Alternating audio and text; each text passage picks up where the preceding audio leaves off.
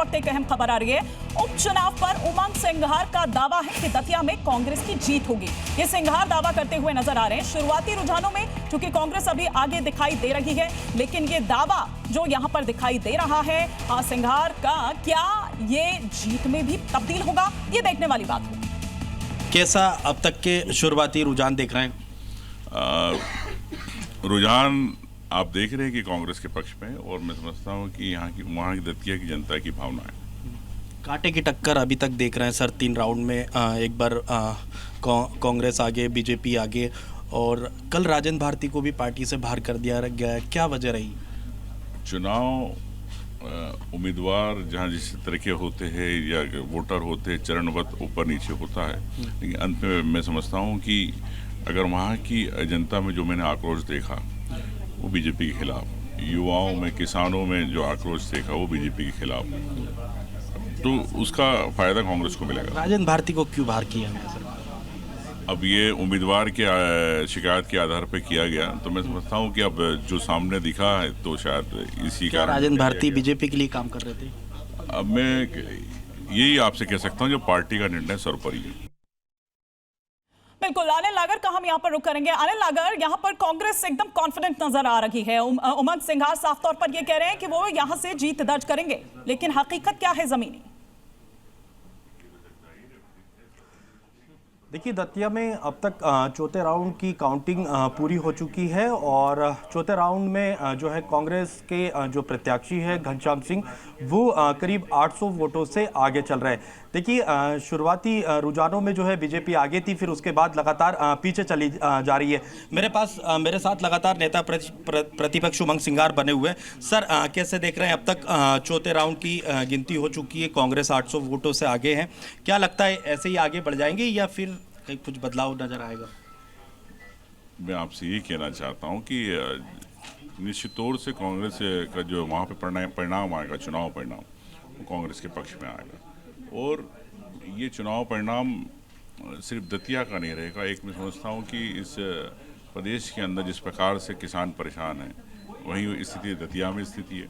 युवा परेशान है, नौकरियाँ नहीं मिल रही, दलित आदिवासी जिनकी ज़मीनें छीनी जा रही वो परेशान है, पिछड़ों को आरक्षण नहीं मिल रहा। तो ऐसे तमाम मुद्दे हैं जो प्रदेश के मुद्दे और दतिया के मुद्दे भी रहे।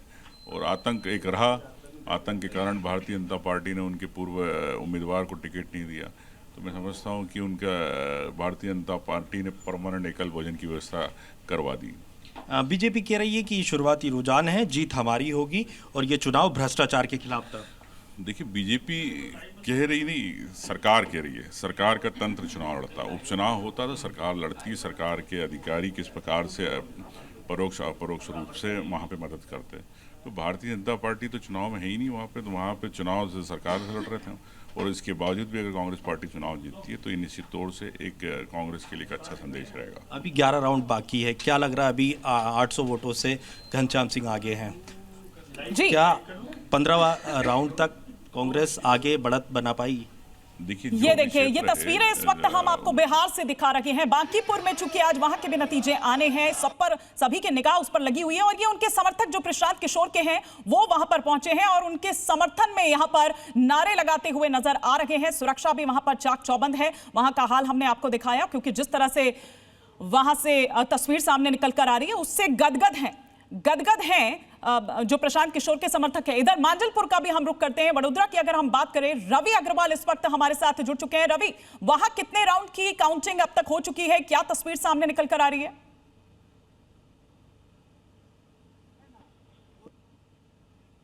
के उपचुनाव की तो मांजलपुर विधानसभा उपचुनाव में 10 राउंड की गिनती पूरी हो चुकी है, और 10 राउंड के बाद भाजपा के जो प्रत्याशी है सत्येंद्र पटेल, सतीश पटेल, वो 15,448 जो वोट है उनसे आगे चल रहे हैं।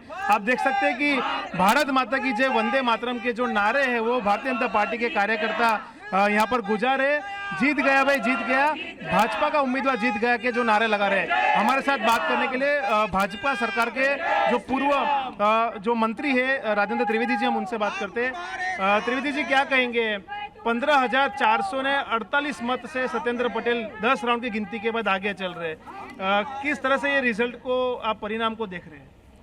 भारतीय जनता पार्टी के जो कार्यकर्ताएं हैं वो विपरीत परिस्थिति में भी छुट्टी का दिन न होने के बावजूद, बारिश की भारी चेतावनी होने के बावजूद हर एक बूथ के ऊपर बूथ का कार्यकर्ता लगा रहा। हमारे जैसे भी जो शक्ति केंद्र के कार्य हमको जिम्मेदारी दी थी वहाँ पर हम लोग जुटे रहे, तब जाके कम से कम ये 38-40% का मतदान हुआ। इस भारी विपरीत परिस्थिति चारों ओर होने के बावजूद भी हम जीतने वाले हैं, हम जीत रहे हैं और आगे भी हम जीतेंगे। कार्यकर्ता को बहुत बहुत धन्यवाद है। कर्तव्यनिष्ठ कार्यकर्ता हैं, यहाँ के हार्ड वर्किंग है और उन्होंने अपनी जिम्मेदारी बखूबी निभाया है। मैं उनको बहुत बहुत धन्यवाद करता हूँ। और ये तो महिला बीजेपी का मोर्चा गढ़ ही के रहा जो है गुजरात गुजरात की प्रदेश अगर के हम लिए बात कर लें।